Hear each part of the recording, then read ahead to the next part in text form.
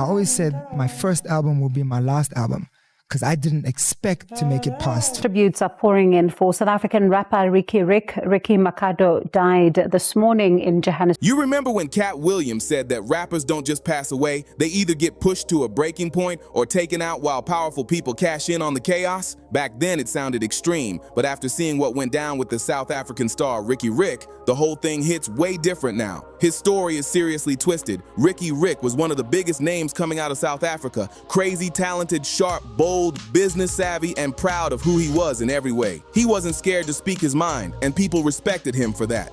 Then the news dropped that Riky had allegedly taken his own life in his studio, leaving fans in total shock. His family never confirmed or denied whether it was self-inflicted, and that silence left everyone confused. But Riky had opened up before about the heavy pressure he dealt with in the music world, and you could tell he carried a lot on his shoulders. That industry stress hits hard, and he never hid that. Now, I'm not claiming to know every detail, but here's the real talk. Anytime a rapper passes, the situation gets wrapped up fast like nobody wants questions hanging in the air. And this whole situation makes Katt Williams' words echo way louder than before, even if we still don't know the full truth. Quick PSA before we dive deeper into this story. This one gets intense. So if you're dealing with anything heavy right now, take a moment for yourself and talk to someone you trust, all right? When these rappers get killed, not incidental. Somebody made $100 million and now don't have to talk to that artist or none of their crew, don't have to validate none of their contracts. Riky, born Riky Rick, came straight out of KZ in South Africa, and he built his whole legacy on being different in every way. His style, his sound, his energy, nothing about him felt copied or recycled, and people felt that vibe the second he stepped into a room. He never waited for the big labels to crown him or tell him he was next. Instead, he connected directly with the younger crowd, pushing them to chase their dreams even when everything around them felt impossible. He wanted the next generation to believe they could break out of any tough situation, and he meant every word he said. And Riky wasn't the type of rapper trying to hype up street drama or brag about getting revenge on anyone. He pushed positivity, creativity, and lifting people up, which made him stand out. But that's also when certain problems started creeping in. When someone moves different in an industry full of rules, people start noticing fast.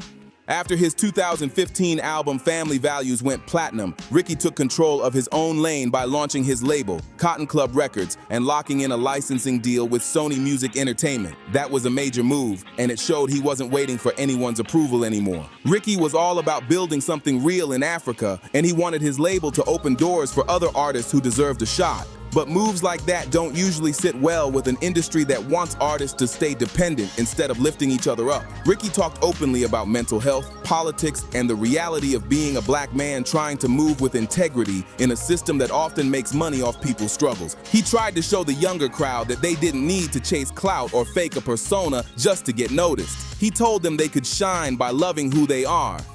What I'm saying is, in business, nothing is coincidental, or you would be hearing who's losing money in all of these situations. Straight up. But if young people actually love themselves, then how would all these companies keep selling products based on insecurity? That message didn't benefit the big players, and everyone knew it.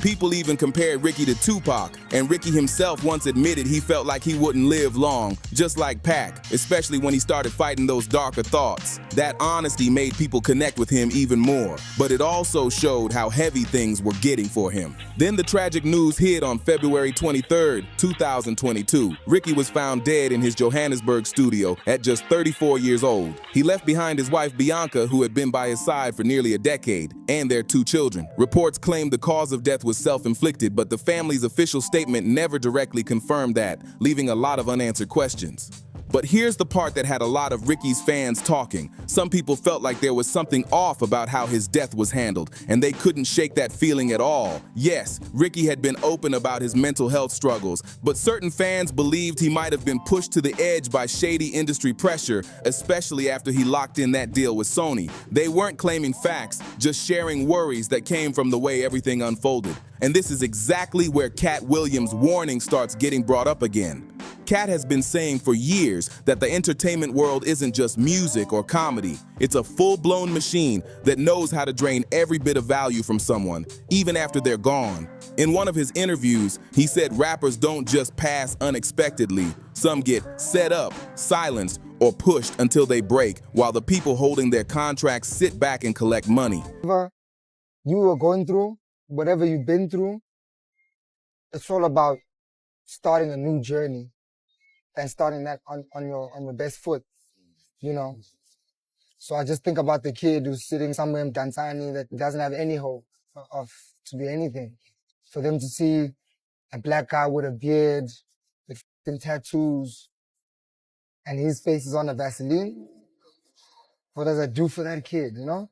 For him, nothing is impossible. Kids also, they can get motivated to get involved with their dreams, and the dream leads you to where the money is made. Katt talked about how once an artist is no longer around, there's no more disagreements, no canceled shows, no missed deadlines, just straight profit for whoever owns the paperwork. That idea hit people hard, especially with stories like Ricky's making them question things. According to Katt, when you're dealing with a system powered by profit and exploitation, almost nothing happens by accident. He said even situations that look random are often planned out ahead of time to seem that way. And that statement had people looking at the industry in a whole new light. People like to brush Katt off and call him a conspiracy theorist, but think about this for a second. How many times have we watched the same storyline repeat itself? A rising artist, usually young and black, passes away, and suddenly everything tied to their name shoots up. Streams jump, merch sells out, and the label walks away stacking more money than before. So when Riky Rick passed and that old Katt clip started floating around again, folks couldn't help noticing the timing. Katt said the part most people stay quiet about.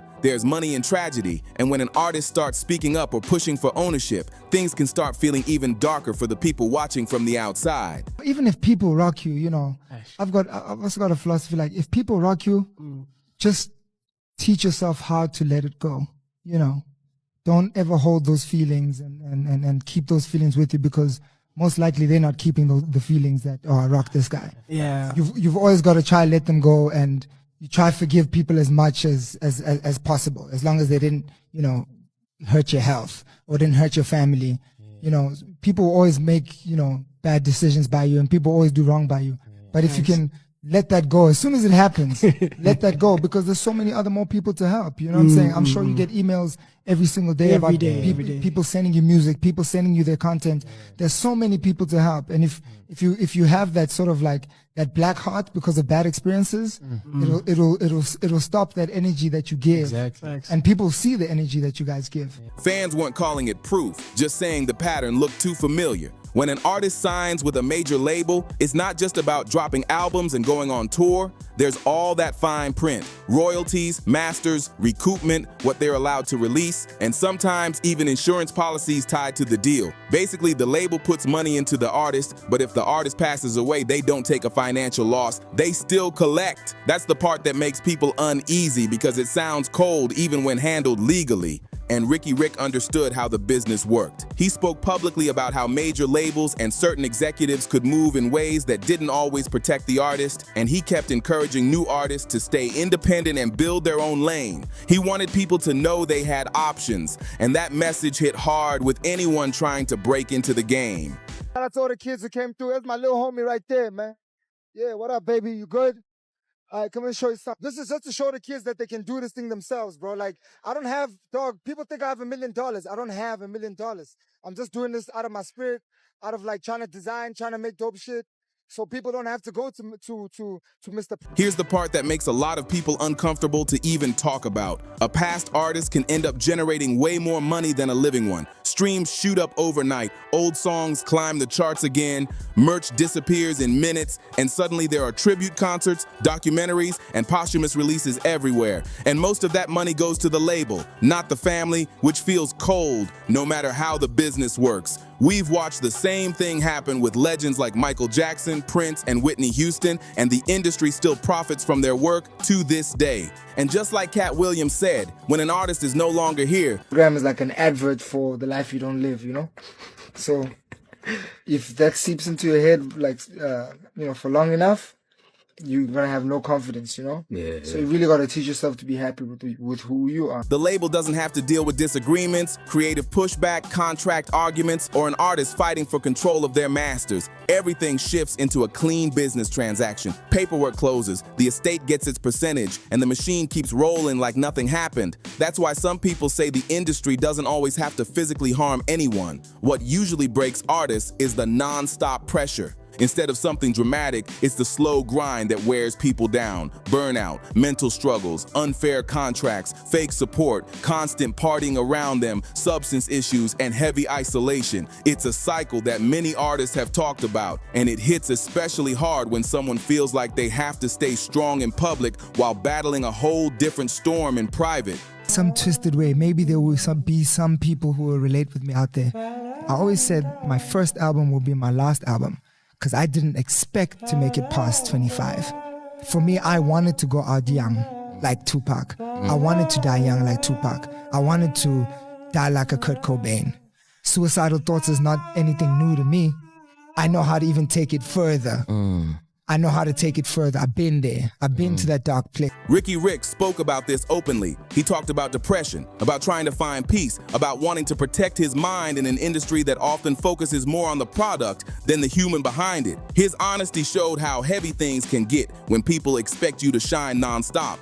The strange part is what happened after Ricky passed, because that's when things started feeling even more unsettling to a lot of fans. Suddenly, people noticed how fast the industry moved, almost like everything was already lined up and waiting. His music shot back onto every chart, old videos were trending again, and companies that barely supported him while he was alive were suddenly acting like they had been behind him from day one. It felt way too quick, and people were side-eyeing the timing hard. Then more questions started popping up.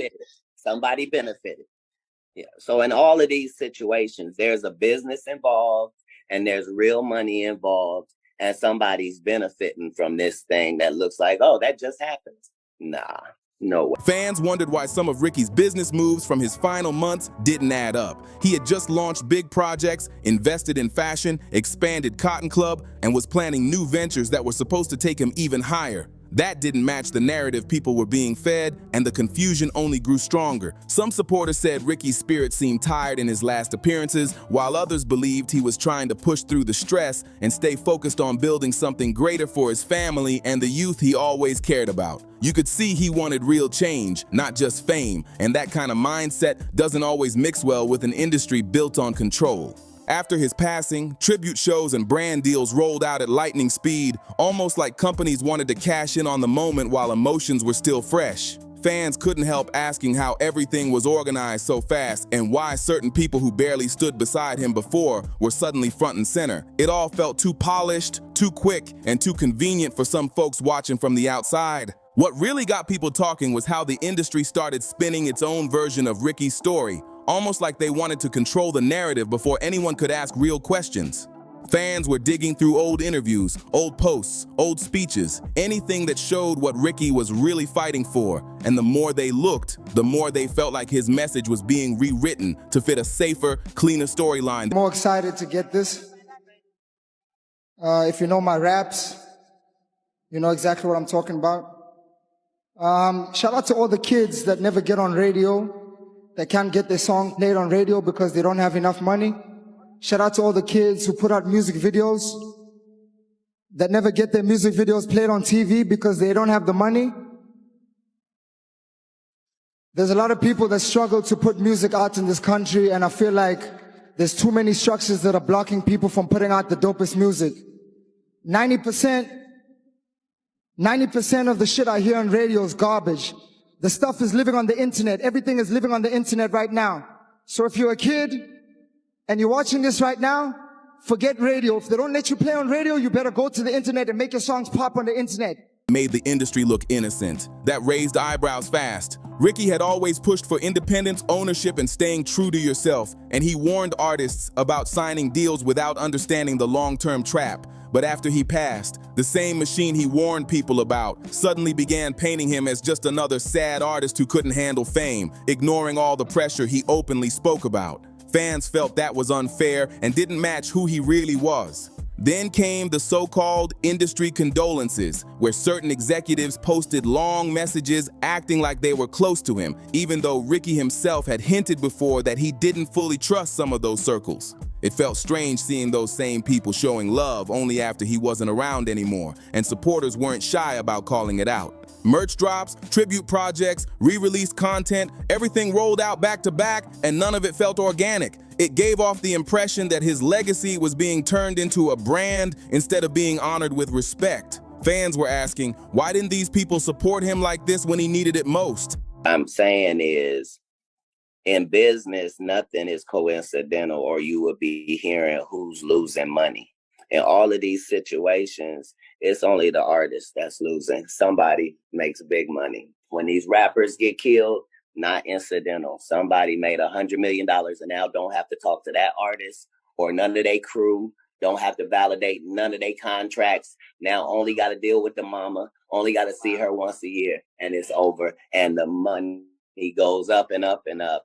So they killed this $20 million guy, but they reached 60. And that question kept growing louder, because once the business side moved in, it felt like the real Riky, the creative, the leader, the mentor, was being overshadowed by the money-making version the industry preferred. So if Katt Williams was right, if the industry is built in a way that wears people down and then cashes in when they fall, Riky's story lines up way too closely with that pattern. He was a soulful dude in a cutthroat business, someone who felt everything deeply and cared about people more than the game ever cared about him. That kind of heart don't survive easily in a system that moves cold, and maybe that's what made his journey so tough to carry. This industry doesn't reward empathy, and that's the sad truth a lot of folks already know. The moment an artist starts speaking real truth instead of selling a fantasy, it's like a silent countdown starts. So the question is, how many times do we see the same situation before we stop calling it just another coincidence? How many losses does it take before people admit the structure might actually be harmful for artists trying to stay genuine?